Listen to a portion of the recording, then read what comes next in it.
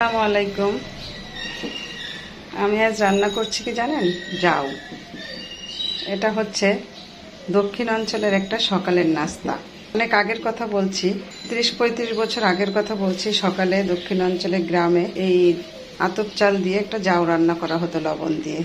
এই জাউটা নারকেল, গুড়, কাঁঠাল, কলা এগুলো দিয়েই খাওয়া হতো। আমাদের বাড়িতেও খুব হইতো সকালবেলা। কাজের লোকরা এই জাউটা খেতে খুব পছন্দ করত, যারা মাঠে কাজ করতো। আমি লাস্ট খেয়েছিলাম আমার মায়ের হাতে, যেদিন আমার মা মারা যান সেদিন সকালে এই জাউটা রান্না করেছিল। ওটাই ছিল আমাদের লাস্ট খাওয়া মায়ের হাতের জাউ। যাই হোক, ইমোশনাল হয়ে যাবো, এসব কথা বলবো না। জাউটা প্রথমে আতপ চাল ধুয়ে সিদ্ধ বসায় দিয়েছি, এরপরে লবণ দিয়ে দেবো, লবণ দিয়ে একটু ঘুটে নেব, তারপরেই নামিয়ে নেব। সাধারণ একটা নাস্তা, এটা খেলে কিন্তু শরীরের পক্ষে খুবই ভালো। আমি লাস্টে দেখাচ্ছি কিভাবে রান্না করব। জাউটা প্রায়